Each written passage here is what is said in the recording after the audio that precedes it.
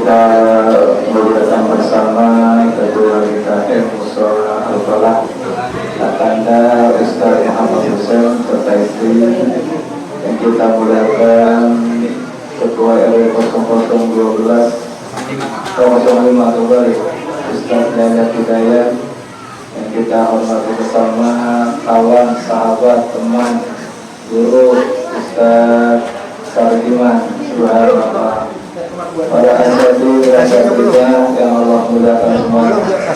Assalamualaikum warahmatullahi wabarakatuh.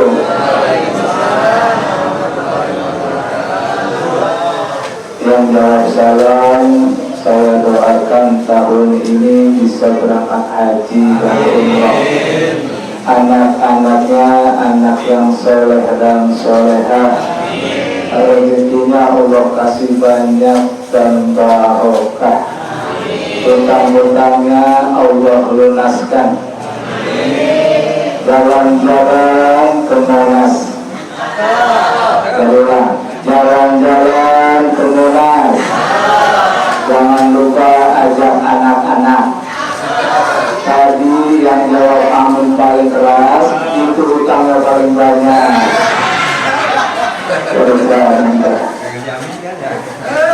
Alhamdulillah, arsalallahu Rasulullah bil huda wa dinil haq, liyuzhirahu ala dini kullihi wa kafa billahi shahidan. Asyhadu an la ilaha illallah wahdahu la syarika lah, wa asyhadu anna Muhammadan abduhu wa rasuluhu la nabiyya ba'dah. Allahumma salli wa sallim ala sayyidina Muhammadin wa ala alihi wa sahbihi ajma'in, amma ba'd. Wa qala Allah ta'ala fi kitabihil karim, a'udzu billahi minasy syaithanir rajim, bismillahirrahmanirrahim. Syahru Ramadan alladzi unzila fihi al-Qur'an hudan lin-nasi wa bayyinatin minal huda wal furqan. Sadaqallahul azim. Alhamdulillah yang Allah Ta'ala muliakan. Puji syukur tentunya kepada Allah Subhanahu wa Ta'ala atas segala nikmatnya. Salawat dan salam tentunya untuk Nabi besar kita Nabi Muhammad Rasulullah Sallallahu Alaihi Wasallam. Saya nggak banyak ngomong, karena kalau banyak ngomong keburu gedung maghrib nggak ada yang dengerin. Ini bukan acara inti, acara intinya ada maghrib. Ini cuma ngisi kekosongan. Jam dirontoy sudah jam 5:30 menit kurang dan lebih. Artinya tinggal 41 menit lagi maghrib tiba. Kalau jam di dalam sini baru jam 4 kurang. Hebat ini jam ini, ngeprank nih. Alhamdulillah Bu, sekarang sudah hari keberapa kita puasa? Hari ini nggak ada yang tahu kan? Tinggal berapa hari lagi lebaran Bu? 5 hari lagi. Udah baju, rengginang udah siap, dodol, geplak, salon udah siap, belum? Minta amalatinya. Alhamdulillah Bu, nggak terasa kayaknya baru kemarin Rajab, baru kemarin kita melaksanakan Sya'ban, dan baru kemarin kita puasa hari pertama. Tahu-tahu ada mau pergi. Dalam kesempatan yang berbahagia ini Bu, kebetulan nanti malam ganjil, kata orang Nahdlatul Ulama NU. Kalau orang Muhammadiyah udah semalam, tapi nggak jadi masalah. Masalah adalah coba dan urusan Allah, bukan urusan kita. Kita ini ikhtiar. Bu, apa sih Sya'ban itu? Apa sih Ramadan itu? Dan kenapa Ramadan ini dari 12 bulan yang Allah hadirkan untuk kita di muka bumi ini yang paling istimewa, bulan yang sangat prioritas untuk umatnya Nabi. Yuk kita cari sejarah agar Ramadan kita ini nggak kosong. dari ilmu-ilmu. Ayah bunda yang Allah muliakan, sebabnya Ramadan ini menjadi bulan yang mulia. Halo, apa nama? Bentar lagi duduk, mulai bulan. Yang menjadi Ramadan ini Pak menjadi bulan yang sangat mulia, bro.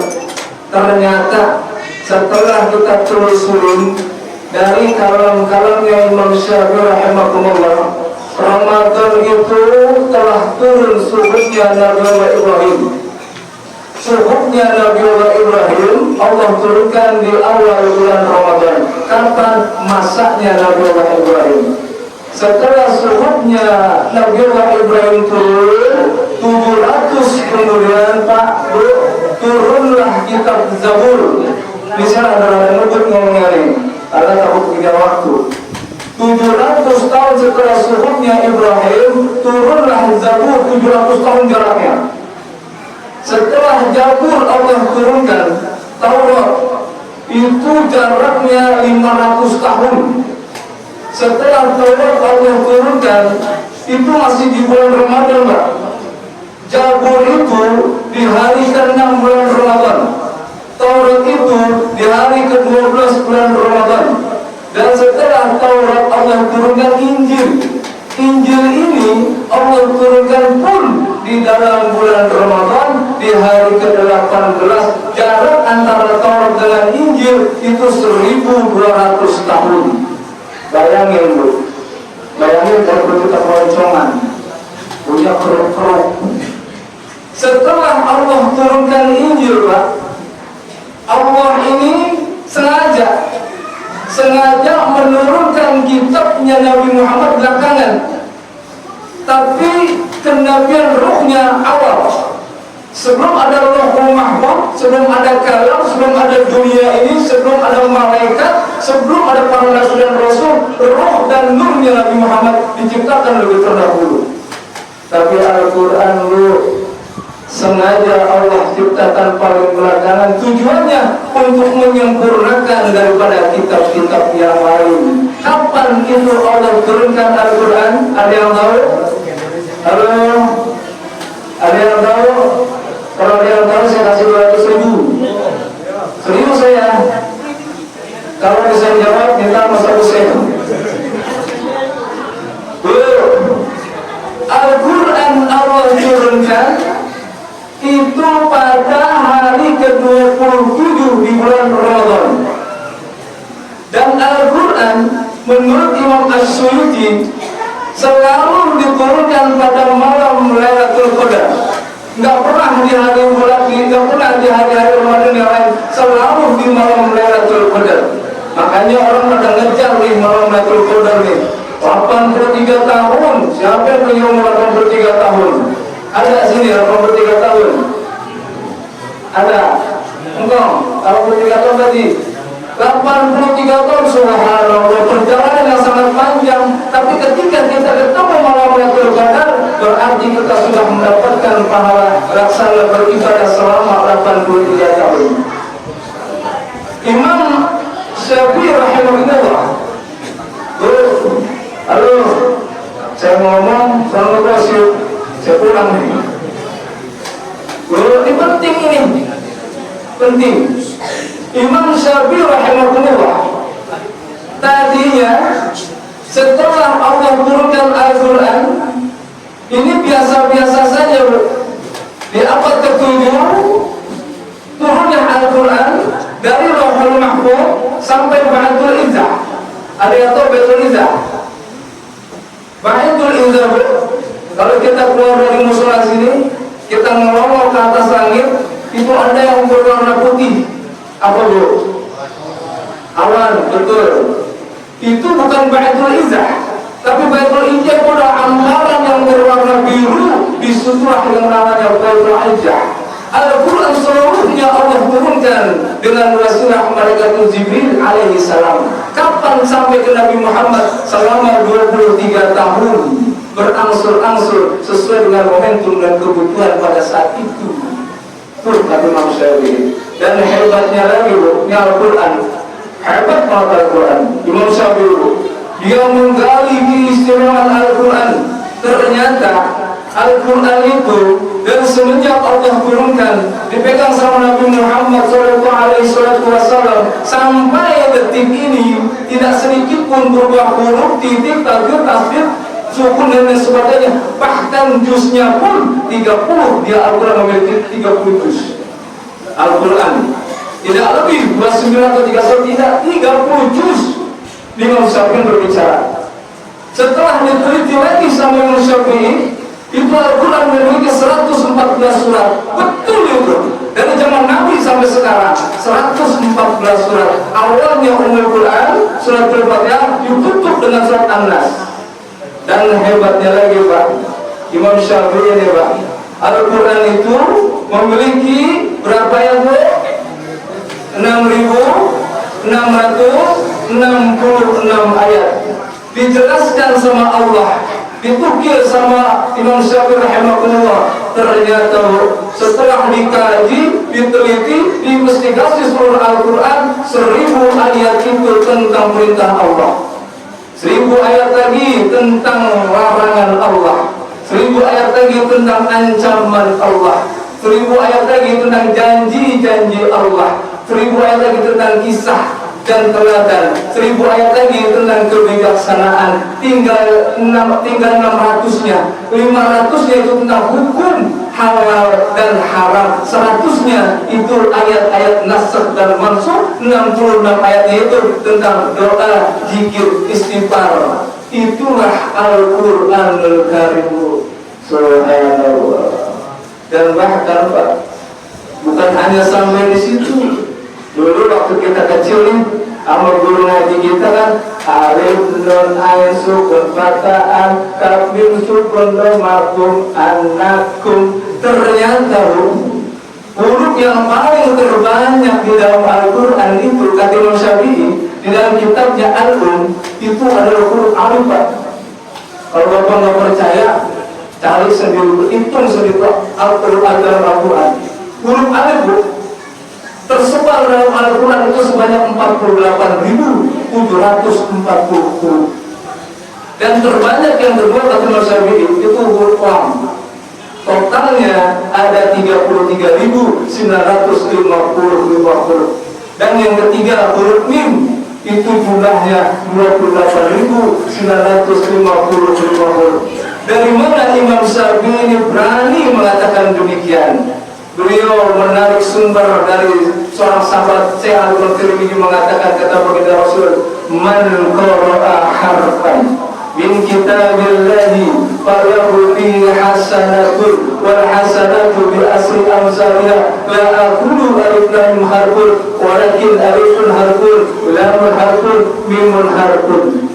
Nih barang siapa di antara kita jamaah musyawarah al-falah, kalau di hari yang ke-24 kita sudah menghatamkan Quran sekali saja, kita sudah membaca 30 juz, kita sudah membaca 1 alif saja, maka barang siapa kata Nabi dia membaca 1 huruf, maka Allah akan ganda 1 huruf dengan 1 kebaikan. Wal hasanatu bi asri amsalha, 1 kebaikan Allah ganda dengan 10 derajat.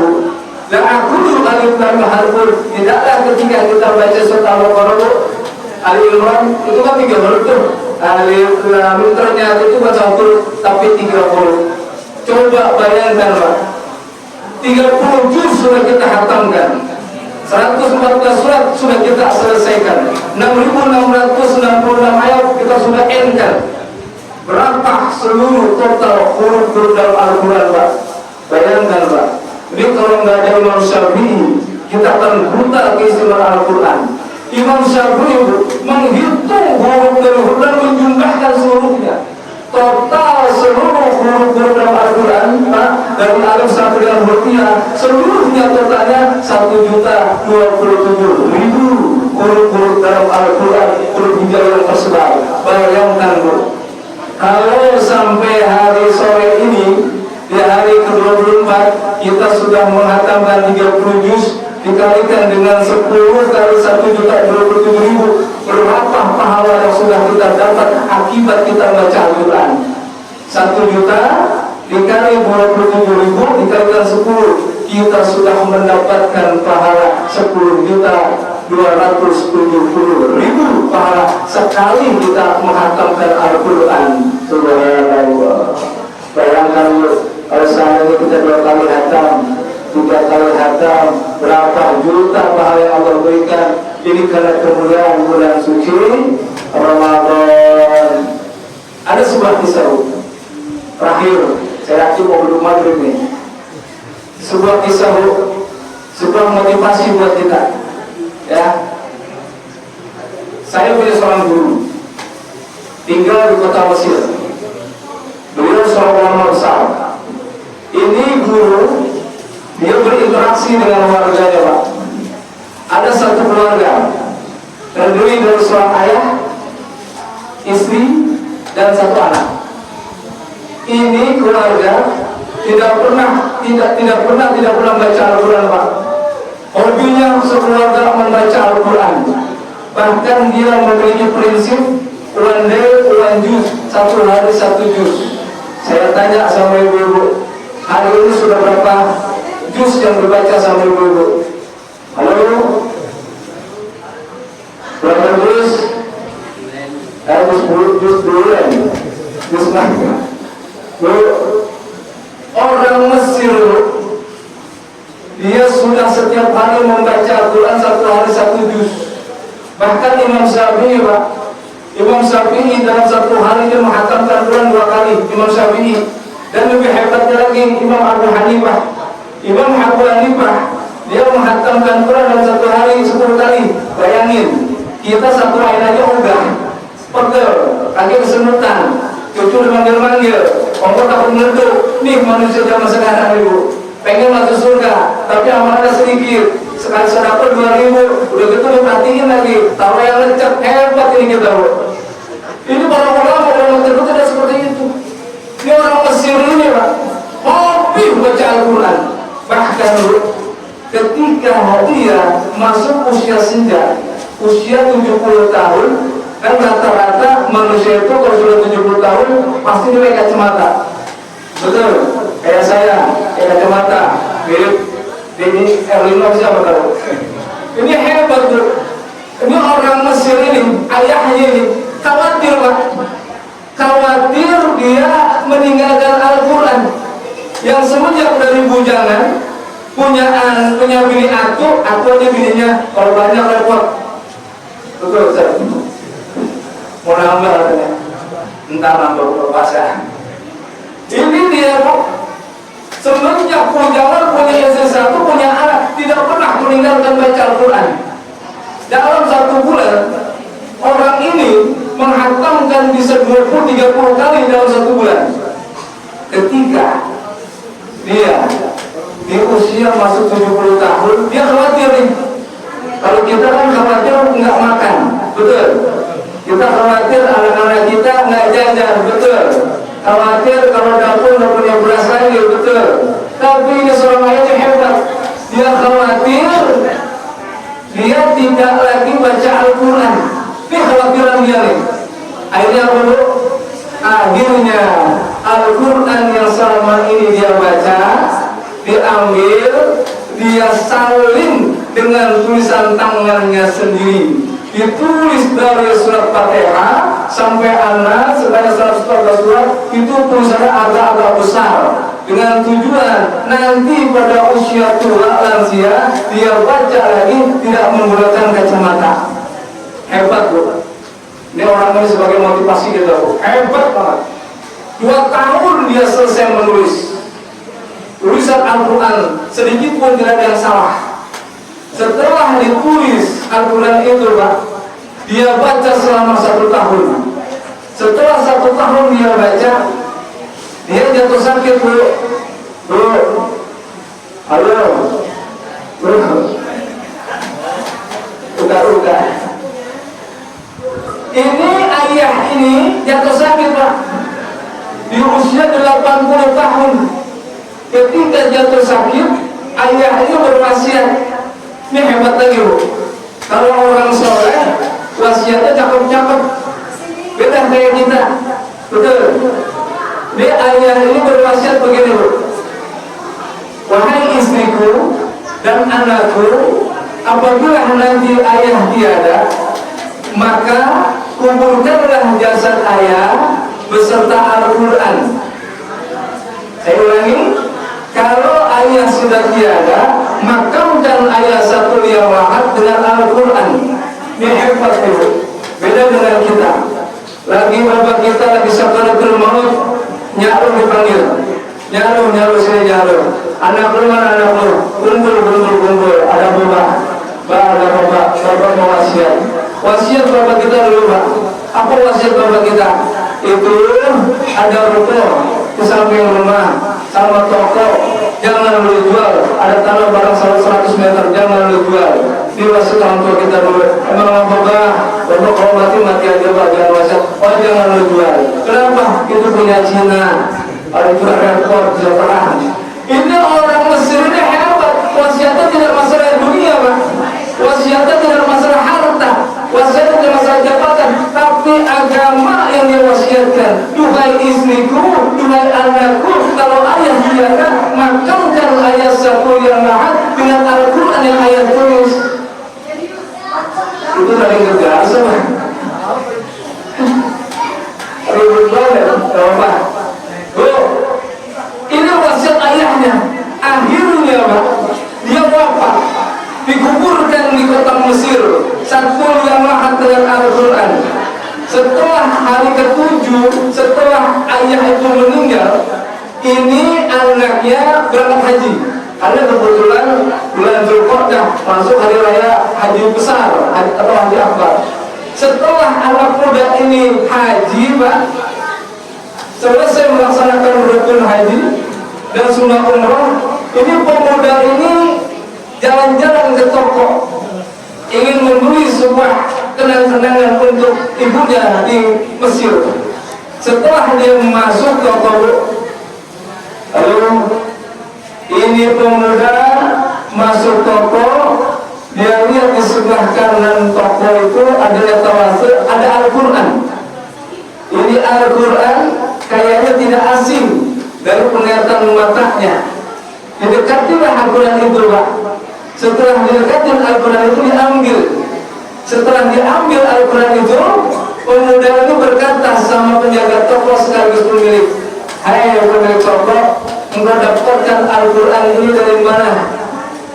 Apa kata penjaga toko?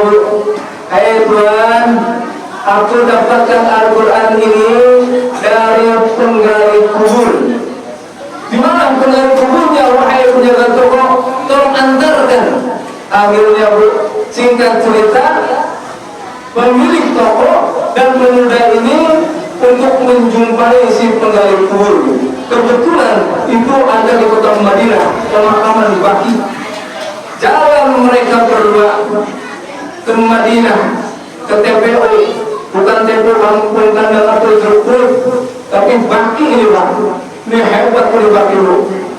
Baqi kalau Indonesia-nya Bengki, tapi kalau di sana Baqi itu kekal. Siapa yang dimakamkan di pemakaman Baqi, hidupnya kekal dunia akhirat, artinya dia pasti masuk surga. Karena di Baqi itu ada orang Indonesia kayak Haji Mamun Zubair, ada istrinya Rasulullah Siti Khadijah, dan ada para sahabat-sahabat Nabi dimakamkan di Baqi. Setelah si wahai penggali kubur, kata pemuda ini, apakah engkau ingat ini yang aku bawa? Yang aku ingat itu Al-Quran. Dari mana engkau dapatkan Al-Quran itu yang berjual dengan penjaga toko? Apa kata penggali kubur? Wahai Tuhan, aku dapatkan Al-Quran itu dari satu tempat pemakaman ketika aku gali untuk memakamkan seseorang warga Madinah, dan aku dapatkan di dalam kuburan itu Al-Quran ini. Aku jual karena aku butuh uang untuk anak istri saya. Apa kata pemuda itu? Dia gak marah. Wahai penggali kubur, antarkan saya di mana engkau mendapatkan Quran ini pak. Akhirnya diantarkan di satu tempat, digali itu tanah kuburan itu, digali semeter, digali hampir 2 meter. Di situ tampak sekubur tubuh yang dibalik dengan kain kafan tanpa kantong. warnanya masih berwarna putih, tak sedikit pun tersobek dan tercabik oleh binatang cacing dan binatang tamah lainnya. Hebat Bu. Halo. Ketika itu jenazah sudah ditemukan, itu kain pocongnya dibuka Pak. Kain pocongnya dibuka, mukanya disingkap. Setelah disingkap Pak, apa yang terjadi? Wajahnya seorang lelaki yang sebaya tersenyum mulutnya Pak. 10 cm ke kanan, 10 cm ke kiri. Kalau Bu, seorang jenazah ketika disingkap wajahnya dia tersenyum seperti bini kita habis kita kasih THR Pak. Hebat Pak. Setelah dia lihat itu pemuda, wahai penari kubur, siapa ini gerangan wahai penari kubur? Ketika pemuda itu lihat langsung apa yang dikatakan pemuda itu Pak? Allahu Akbar, ini ayahku, kata pemuda itu. Ini ayahku. Hebat gak Pak?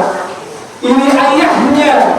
Sedangkan pada saat 2 tahun yang lalu ayahnya dimakamkan di kota Mesir, di TPA Mesir. Kenapa ada di pemakaman Baqi di Madinah? Bayangkan Pak. Apakah dia dari pocong malam-malam pindah ke Madinah?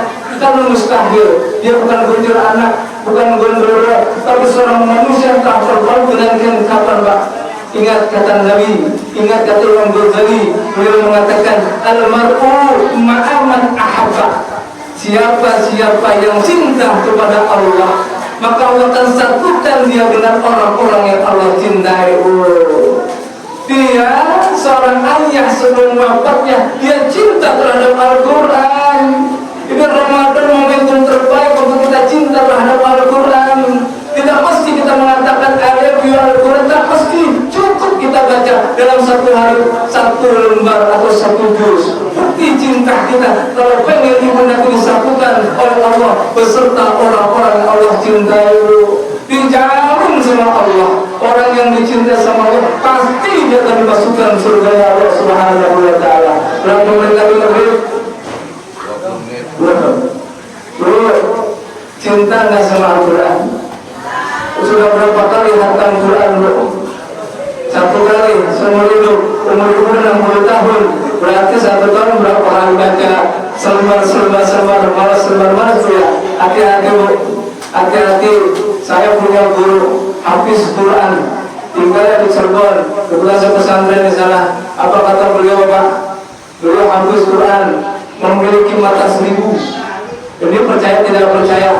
Guru saya orang dulu hafal Quran, tafsirnya, baca Quran dari malam, dari tidur, bahkan mimpinya aja ngaji Pak. Itu guru saya. Dia berpesan kepada saya. Pesannya apa Pak? Pesannya itu Al-Quran yang ada di rumah ente Arman, walaupun ditaruh di etalase rapi, engkau baru dengan mushaf, engkau harumkan dengan parfum, kasturi, bisi dan sebagainya, sama sekali engkau tidak sentuh, itu bakalan akan melaknat kita nanti dalam kubur. Saya ulangi, Al-Quran yang di rumah, walaupun harganya mahal, berlapiskan emas, kita kasih wangi, nggak pernah kita baca, kita sentuh dan kita bersihkan, nanti itu Al-Quran akan menyentuh kita dalam kubur, melaknat kita. Alhamdulillah. Tapi Al-Quran sebaiknya dia kita punya satu-satunya sudah sobek halaman 1 pindah ke halaman 30, halaman 30 pindah ke halaman 100. Berapa kita baca udah lusuh, sudah tidak paham kita baca. Tapi nanti di akhirat Al-Quran itulah yang akan menemani kita dalam kubur. Saya tanya, ibu masuk surga enggak? Mau? Masuk surganya satu kampung sama suami apa beda? Saya tanya, boleh mau nggak Bu? Ibu Pak, katanya mau masuk surga bareng sama suaminya lagi.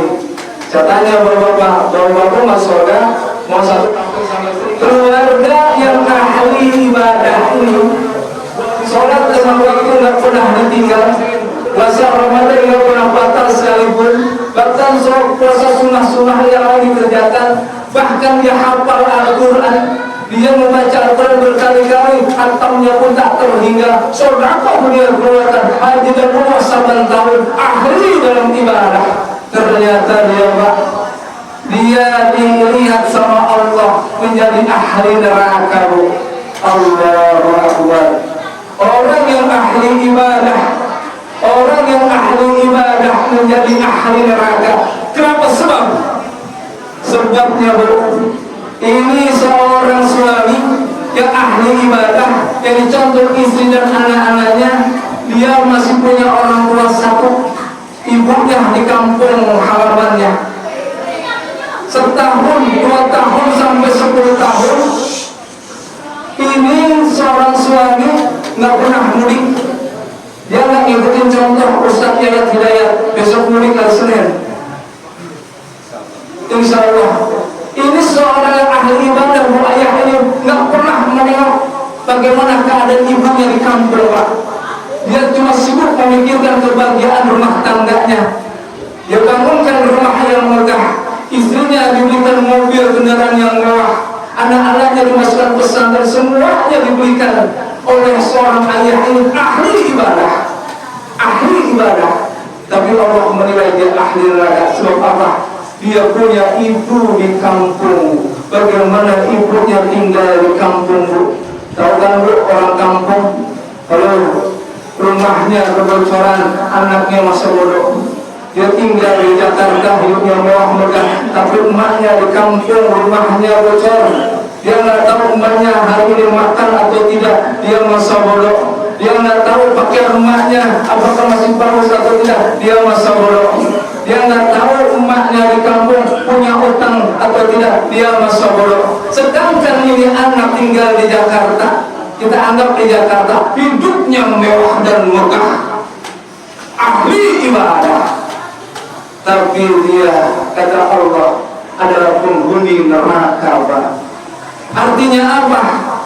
Allah menciptakan hari raya kemenangan. Silakan kita pulang kampung, Pak. Kita tengok tempat kelahiran kita, Pak. Dan kita kunjungi orang tua kita yang ada di kampung, baik dia masih hidup maupun sudah tiada. Ingat, surga ibu ada di suami, tapi surga suami ada di kedua orang tua. Kalau seorang suami dia masa bodoh dengan keberadaan orang tuanya di kampung, walaupun dia sudah tiada, dia tidak mengunjungi alam kuburnya, hanya sekedar membaca doa dari Jakarta, maka semuanya akan ditolak sama Allah Subhanahu wa Ta'ala. Subhanallah. Bertahun-tahun dia ibadah, banyak sekali dia tahajud dan duha, tapi seluruhnya nonseng di hadapan Allah. Lalu bagaimana caranya kita menghilangkan seperti itu, Pak? Datengin orang tua kita, Bu. Ibu pasti punya ayah dan bunda, kan? Pasti di kampung atau di sini. Sudah tidak lagi kita melihat jasad. Rindu kita, Bu, bagaimana emak bapak kita ngomel-ngomelin kita. Rindu kita, Pak, bagaimana emak bapak kita nyentil kita, ngajarin kita. Rindu. Setelah hilang kita baru terasa. Datangin alam kuburnya. Jasad memang dikubur, tapi rohnya dia masih melihat bagaimana anaknya datang atau tidak. Bu,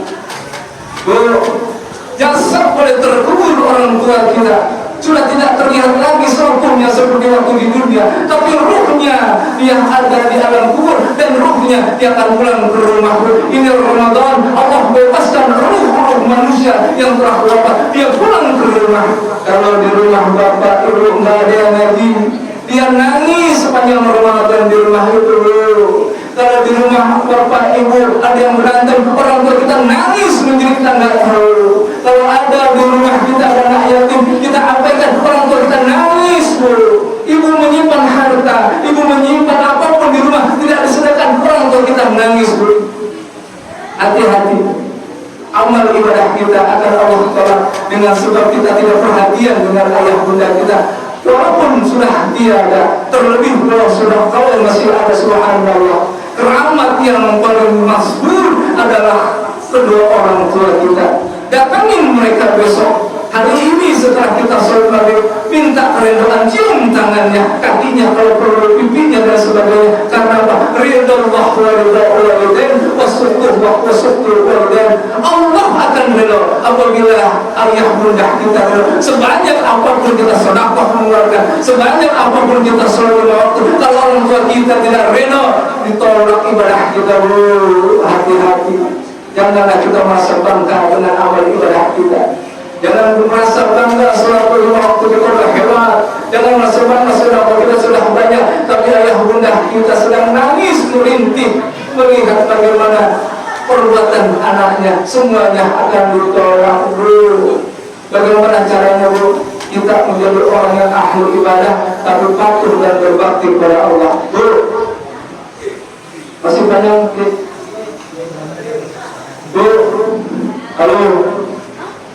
kalau ibu pengen masuk surga, Pak, orang perempuan masuk surganya gampang, beda dengan lelaki. Orang perempuan kalau ingin masuk surga cukup dua. Yang pertama, dia taat sama Allah. Allah suruh sembahyang, cukup sholat saja cukup. Yang kedua, patuh sama suami. Sesungguhnya nih saya kasih bocoran, yang menyuci itu suami kewajibannya, yang masak kewajibannya suami, yang ngepel jaga anak itu suami, yang membersihkan teras halaman kebun rumah piring itu suami. Sesungguhnya di dalam ajaran agama Islam, kenapa ibu menjadi pekerjaan suami dikerjakan? Kalau seandainya ibu tahu, satu, ibu taat sama Allah, yang kedua ibu patuh sama suami. Kalau suami nyuruh nyuci, ibu kudu nyuci karena patuh. Kalau suami suruh bikin kopi, ibu kudu bikin kopi karena patuh sama suami. Kalau ibu disuruh masak, kudu masak karena patuh sama suami. Disitulah taat dan patuhnya suami pasti akan dijamin masuk surga oleh Allah Subhanahu wa Ta'ala. 3 menit lagi kata Kiai. Sebelum kita tutup, pesan terakhir dari Arkan. Saya sudah 3 kali nih nampak di mana ini. Maafin segala-galanya kalau seandainya saya salah. Satu kisah yang sangat singkat, yang sangat terharu di perasaan saya, guru saya tahun 94, Pak. Beliau sakit parah, ingin dirawat di Jakarta, tidak mau. Dia minta cukup di tengah-tengah lingkungan keluarga dan santrinya, Pak. Sebelum tahun 94 bulan Ramadan, biasanya pada pesantren itu ada di pasar. Seminggu sebelum Lebaran boleh pulang. Saya soal sama Kiai dulu, besok sudah Lebaran, haji pasar sudah selesai. Apa yang dikatakan oleh guru saya? Ternyata perkataan guru dengan orang tua sama saja beda. Arban pesan Buya 3. Ini sedang sakit parah dulu, tidak bisa jalan, apalagi tidak bisa duduk, apalagi jalan, sedang sakit parah. Arban, Buya pesan sama engkau, ada apa Buya? Yang pertama, jangan engkau tinggalkan, lupakan pondok pesantren. Yang kedua, patuhlah sama perintah kedua orang tua. Dan yang ketiga, jangan tinggalkan sholat 5 waktu. 3 besar ini alhamdulillah sampai detik ini saya laksanakan, Bu. Apa yang terjadi? Baru saya melangkah ke Jakarta, baju belum saya ganti, guru yang tercinta saya dipanggil oleh Allah Subhanahu wa Ta'ala. Sampai detik ini nasihat 3 itu saya pakai. Begitu berharganya nasihat guru terhadap seorang santri dan muridnya. Alhamdulillah, mari detik-detik maghrib kita berzikir sama Allah Subhanahu wa Ta'ala. Mudah-mudahan puasa kita, tarawih kita, dan harus kita ibadah yang lainnya Allah terima dan Allah kabulkan. Dosa-dosa kita dimaafkan oleh Allah. Kita mohon sama Allah Subhanahu wa Ta'ala agar nanti kita bisa kembali di bulan suci Ramadan di tahun yang akan datang.